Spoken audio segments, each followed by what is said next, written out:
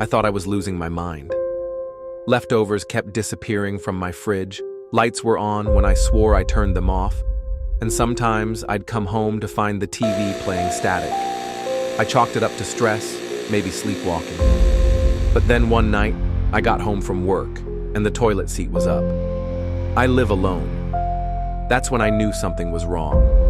So I bought a cheap hidden camera and pointed it at my kitchen. The next morning, I watched the footage. Around 2:33 a.m., a man, thin, dirty, barefoot, crawled out of the ceiling vent. He dropped silently onto the floor and walked to the fridge like he owned the place. He drank straight from the milk carton, ate cold food with his hands, and then he stared into the darkness toward the hallway, toward my bedroom. He stood there for almost 10 minutes. Then he climbed back up into the vent and vanished. I called the police. They found a sleeping bag, old food, and a knife tucked between insulation. He'd been living above me for weeks, watching, waiting. I moved out that day, but every place I've lived since, I still check the ceiling, just in case he followed me. I lived alone in a small apartment. For weeks, little things felt wrong. Chairs slightly moved, windows cracked open when I knew I had closed them. I blamed myself, stress, forgetfulness, until one night I woke up around 3 a.m. and couldn't move. I thought it was sleep paralysis, but standing at the foot of my bed was a shadow, tall, still, watching me. I squeezed my eyes shut, telling myself it wasn't real.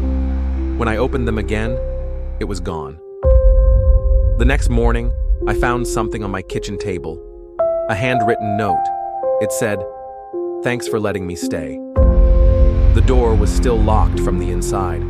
No broken windows, no forced entry. I called the police. They searched the apartment and found a loose ceiling tile in the hallway.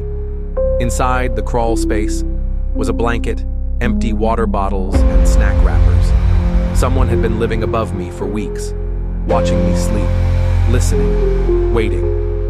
I moved out the same day, but every time I hear a creak overhead, I wonder if they ever really left.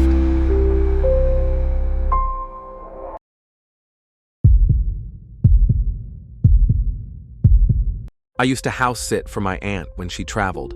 She lived in a quiet neighborhood, old house, lots of creaks. One night, around 2 a.m., I heard footsteps upstairs, slow, heavy. The problem was, I was supposed to be alone. I grabbed a knife from the kitchen and crept up the stairs. Nothing. Room by room. Empty. But then I opened the guest room closet and I noticed something strange. The back wall had a slit, barely visible unless you were looking for it. I tugged it. It swung open. Behind it was a narrow crawl space. Inside was a mattress, a bucket, food wrappers, and a Polaroid photo of me sleeping on the living room couch. My blood went cold. I ran outside and called the cops. They searched the crawl space and found a small bag. Inside were more photos. Me brushing my teeth, reading, using my phone. Someone had been living in the walls, watching. He knew my name, he knew my habits, and he was never caught. To this day, I won't house sit. Because sometimes the scariest things are already inside.